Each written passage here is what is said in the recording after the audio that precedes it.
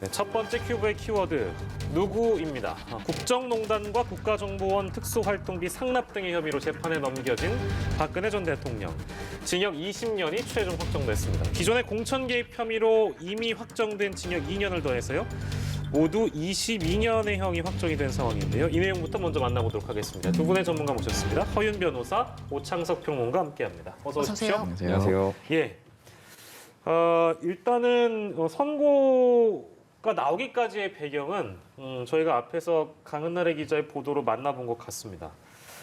일단 오늘 재상고심의 판단을 먼저 전반적으로 듣고 이야기를 이어갈 텐데 어떤 부분에 대한 판단이 있었습니까?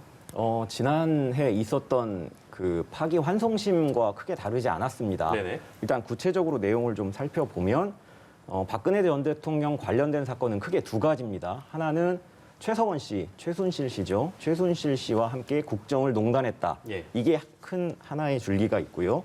또 하나는 국정원의 특수활동비를 받았었다. 이게 크게 두 가지가 진행이 됐습니다. 예. 그래서 각각 1심과 항소심 그리고 대법원을 거치면서 다시 파기환송이 됐고요. 지난해 7월 달에 파기환송심 재판이 있었고 예. 이번에 대법원이 최종적으로 그 재상고를 확정을 한 건데요.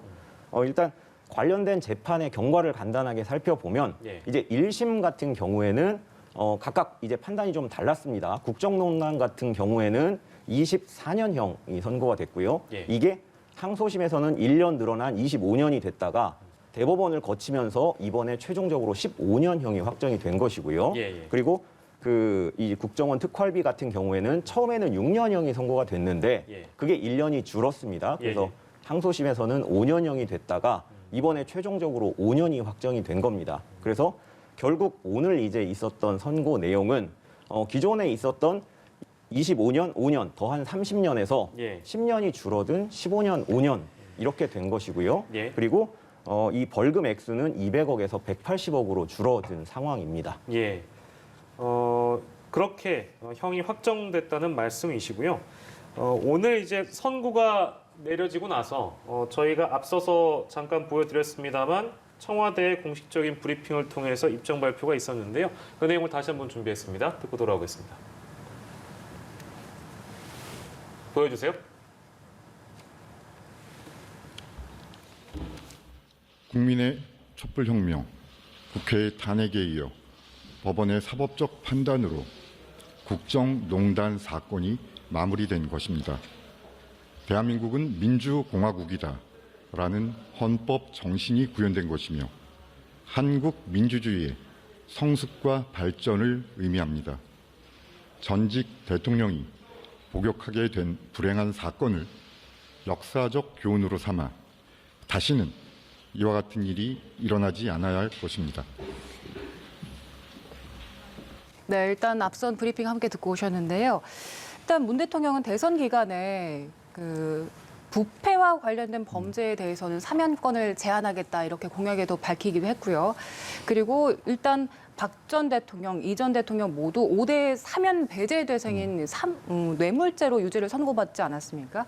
이 부분에 대해서는 어떻게 보십니까? 일단은 뭐 상반기 중에는 저는 이제 사면 관련돼서 얘기가 나온다 하더라도 대통령이 결정하지는 않을 것이라고 생각이 들고요. 지금 계속해서 비교되는 것이 김대중 대통령이 당선인 시절에 김영삼 대통령을 만나서 전두환 씨와 노태우 전 대통령에 대한 사면을 얘기를 했습니다. 그 당시만 보더라도 97년에 이인재, 이회창, 김대중 모든 후보가 대선 공약이었어요, 사면이.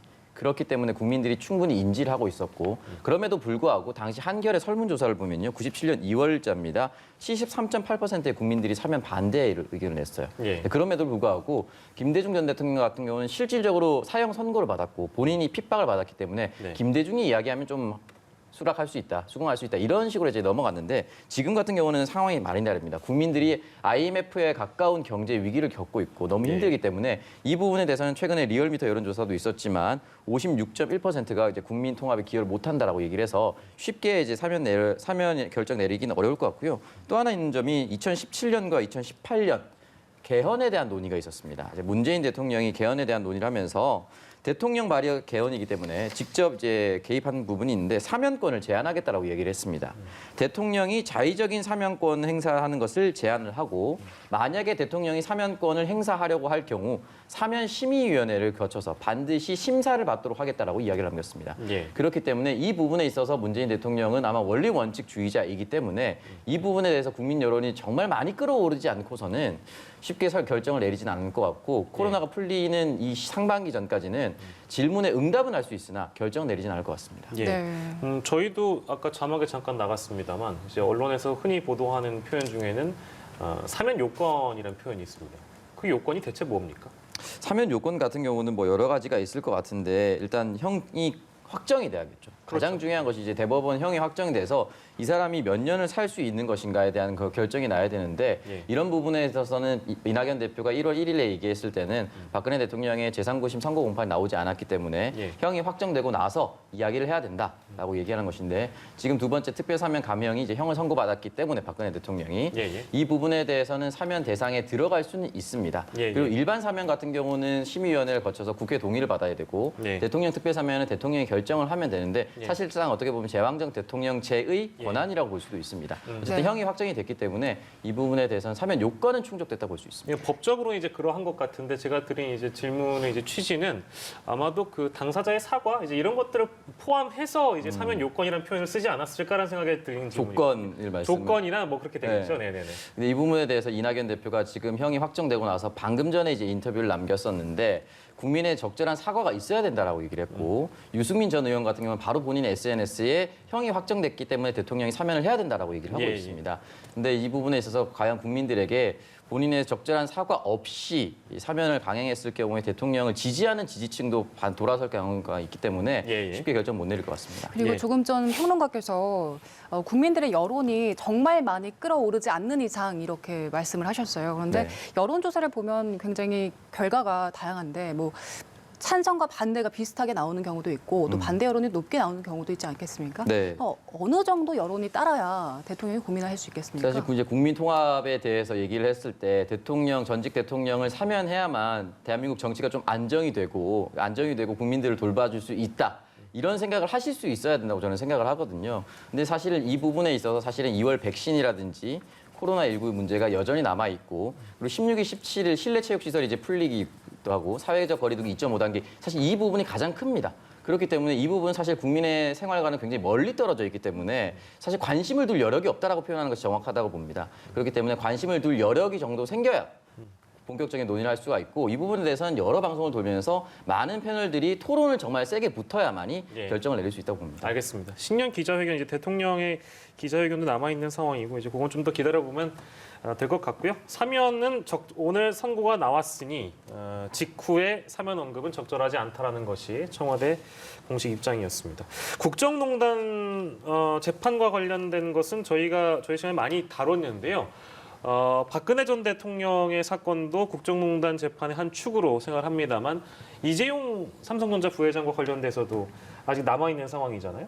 18일입니다. 18일이니까 다음 주네요. 다음 주에 이제 또 이 결과를 만나봐야 될 텐데 오늘 있는 결과, 오늘 이 어떤 재판의 결과가 영향을 줄까요? 어떻습니까? 어떻게 어느 정도 전망하세요? 영향을 미칠 것이라고 생각을 합니다. 이 부회장 같은 경우에는 박 전 대통령과 최서원 씨와 어떻게 보면 한 몸으로서 이 국정농단 그 행위 자체에 개입이 되어 있는 상황이거든요. 그래서 이재용 부회장이 기소가 된 것도 이 박 전 대통령과 최서원 씨와의 연관성 하에서 이제 기소가 됐었는데 예. 지금 사실 유죄 판단은 이미 끝났다고 볼 수가 있습니다. 2009년 8월에 있었던 이재용 부회장에 대한 파기환송심에서 이미 유죄는 확정이 되었다라고 보시면 될 것 같은데요. 네네. 다만 이제 남아 있는 것은 과연 실형을 살 건지 아니면 집행유예로 나올 것인지 이 부분인데요. 지금 박영수 특검 같은 경우에는 뇌물액이 200억이 넘는다고 기소를 했습니다. 예. 그런데 이제 1심에서는 89억 원만 유죄로 인정이 됐어요. 그러면서 징역 5년형이 내려졌거든요. 예. 그리고 항소심에서는 89억 원이 34억 원으로 대폭 줄어들었습니다. 예. 그러면서 집행유예가 나왔고요.